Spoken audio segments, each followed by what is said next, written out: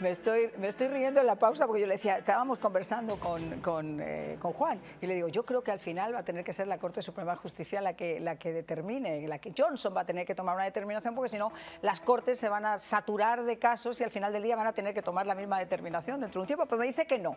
A ver, ¿por qué no, Juan? Porque es el Congreso que decide. El Congreso es el que hace las leyes. Las Cortes interpretan las leyes del Congreso. Así que esta batalla se tiene que determinar en el Congreso. Mira, la ley... La Corte Suprema de Justicia no es el mayor órgano de la Corte Suprema, no estamos hablando de la Corte Suprema, estamos hablando de las Cortes... No, yo estoy hablando de la Corte Suprema. Te decía que va a tener que ser la Corte Suprema la que determine si estas Cortes federales, estos jueces federales pueden seguir haciendo eso, tienen poder o están quitándole el poder presidencial. Déjame explicar. Hay Corte Suprema y hay Corte Federal Distrito. La batalla no es en la Corte Suprema, es en la Corte Federal Distrito, que se han sobrepasado de su capacidad. Ellos no se supone que estén teniendo este tipo de poder, sí, claro, de poder meterse en la oficina del presidente, en la ejecutiva. No, ellos no tienen ese poder, nunca lo han tenido, pero sin embargo lo están haciendo. Ahora, ¿dónde se limita eso? Tú dices la Corte Suprema, digo yo que es en el Congreso. Las leyes no se hacen en las Cortes, las leyes de este país se hacen en Congreso. Es el Congreso que tiene que salir a decir, a cortar la sala, en otras palabras, a esas Cortes de distrito. Son Cortes federales, por supuesto, pero no son la Corte Suprema. La Corte Suprema es la última palabra en justicia. Quiero decir, yo entiendo que se regule a nivel político la decisión que puede tener sobre un juez, sobre un mandato presidencial, pero al final sobre lo que es una orden judicial es la Corte Suprema de Justicia la que tiene que sentar jurisprudencia. Pero vamos a preguntar al abogado. Abogado, ¿es la Corte Suprema de Justicia quien puede definir esto o también lo puede hacer el Congreso? Bueno, tu invitado tiene razón en que el Congreso es quien emite las leyes. Claro. Pero todas esas leyes en su implementación o tal cual están escritas, están sujetos a un escrutinio legal. Ese escrutinio legal es lo que determina si la aplicación de una ley es constitucional o no es constitucional. Entonces, en la medida que los casos progresan, empiezan en la Corte de Distrito. Esas Cortes de Distrito existen basado en el artículo 3 de la Constitución. El artículo 3 de la Constitución dicta que estas Cortes van a tener jurisdicción para decidir causas justiciables que estén presentadas en sus Cortes para poder decidir la constitucionalidad de una orden como está escrita o como es aplicada. En la medida que esa disputa existe porque alguien pelea la aplicación de una ley escrita, aprobada por el Congreso y firmada por el presidente, entonces la Corte Inferior toma una decisión. Esa Corte Inferior, en la medida que toma esa decisión, una decisión final o interlocutoria puede ser apelada a la Corte de Distrito. Esa Corte de Distrito toma muchas veces el caso y lo estudia, lo que dicen de novo, quiere decir de una forma nueva, imparcial, para determinar si la Corte Inferior tiene razón en la manera en la que decide el caso o si abusa su discreción. Entonces, en la medida en que se vaya llegando a esas cortes de apelación, ya hayan disputas dentro del propio distrito o conflictos con otros distritos en términos de la manera en que esas leyes se deciden, entonces procede la Corte Suprema. La Corte Suprema es el árbitro final de la constitucionalidad de una ley promulgada por el Congreso. ¿Por qué? Porque hay una separación de poderes en los Estados Unidos. El Congreso existe el poder ejecutivo y existe el poder judicial. Cada uno de esos bastiones constitucionales opera de una forma igual con los demás ramas del gobierno. Quiere decir que hay un sistema de chequeos y balances en el cual la Corte Suprema últimamente toma una decisión acerca de la constitucionalidad, tiene la habilidad de eliminar un acto del Congreso si es inconstitucional o de cancelar la aplicación de una ley congresional o una ley ya codificada en los Estados Unidos de una forma final inapelable. Y eso es lo que se considera que es la jurisprudencia norteamericana. Muchas veces la determinación de si algo es constitucional o no lo encuentras en la jurisprudencia, que es la interpretación de esas leyes. Por eso es que la Corte Suprema es el árbitro final de todas estas disputas, y lo que podría pasar es que la Corte Suprema invalide un estatuto que haya sido ya firmado por el presidente o invalide la acción bajo ese estatuto. Pero de una forma o de otra, si la Corte invalida una ley promulgada por el Congreso simplemente tiene que reescribirla, porque eso es el sistema de chequeos y balances. Así que yo creo que la disputa en este caso está en las Cortes. Las Cortes son las que van a determinar si la aplicación que se le está dando por parte del Ejecutivo de estas leyes congresionales es constitucional o no lo es.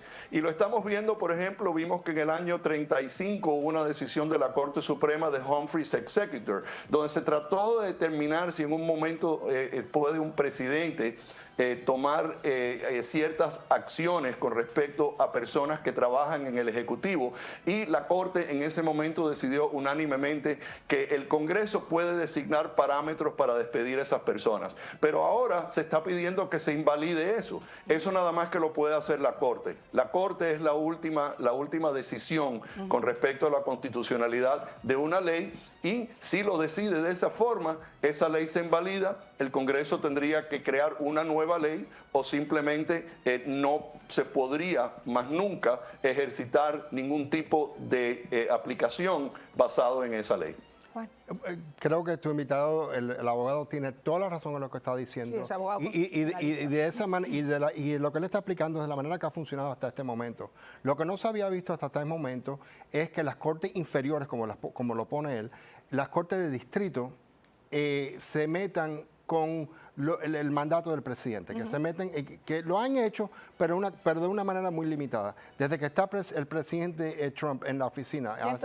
101 veces han intervenido. Quiere decir que lo que le dicen se están sobrepasando, extendiendo de lo que es su poder constitucional. Correcto. Entonces, ahí es donde tenemos que... Yo soy americano, hablo bastante bien el español, pero a veces me trabo. Bueno, de todas maneras, tenemos que ver hasta dónde esto se deja pasar. Ahora, hay dos maneras de resolver las cosas, como dijo Varela, ¿no? El abogado. Se está resolviendo en la Corte Suprema. La Corte Suprema puede intervenir. La Corte Suprema puede venir y cortar a la sala a las Cortes inferiores, las Cortes Federales de Distrito. Es correcto que se pueda hacer de esa forma. Pero hay otra manera de hacerlo también, que es una manera que él también lo dijo. Si viene el Congreso y cambia la enmienda 3, cambia la enmienda que le da el poder a esas cortes, y de esa manera el Congreso se las limita. Lo puede hacer el Congreso.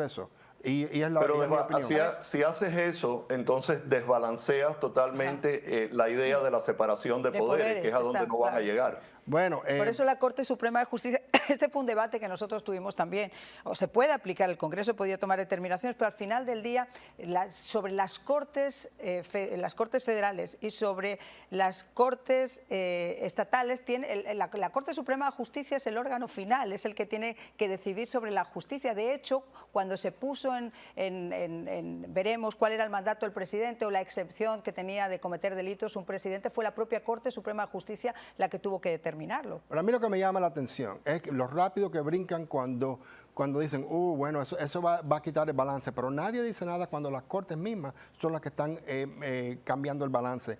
Ellos no se supone que se metan en este papel, en este rollo, pero sin embargo lo están haciendo. Y el presidente y el Congreso tienen que sentarse así con las manos abiertas y decir, bueno, es la Corte Suprema. No es necesariamente la Corte Suprema. Bueno, pero yo creo que no es una cuestión solo de opiniones, es una cuestión de cómo está hecho el sistema. Yo creo que aquí todos, y lo hemos comentado y con el abogado lo hemos a diario, sabemos perfectamente que los jueces de estas cortes inferiores, que además son en estados liberales habitualmente, que son jueces appointed por políticos, Exacto. liberales de la misma manera, están Correcto. tratando de poner un cortapisas a cualquier cosa que hace la administración Trump. En este caso no se están comportando como americanos, se están comportando como demócratas heridos por haber perdido una elección. Pero fuera de todo eso, y que eso es algo que ya sabemos, al final es la Corte Suprema de Justicia, por el debate que es, quien va a tener que sentar jurisprudencia sobre si estos casos se pueden seguir tomando en esas Cortes Federales de la forma que se están haciendo o no. Porque el Congreso, yo estoy de acuerdo contigo, puede tener la posibilidad de legislar, pero quien finalmente tiene que sentar la jurisprudencia es la Corte Suprema de Justicia. Es la que puede interpretar la ley si es que hacen una ley nueva y decir si es constitucional o no. Pero la ley en sí, el que hace la ley es el Congreso y las Cortes interpretan. En este caso, estamos hablando de lo que es las Cortes inferiores, las Cortes de Distrito y hasta dónde llega su poder. Vamos a ver, ojalá que se pueda resolver con la Corte Suprema. Yo pienso que debería ser así. Pero yo creo que, y quiero volver a insistir con esto porque esto sienta dudas entre las personas que nos están viendo, abogado.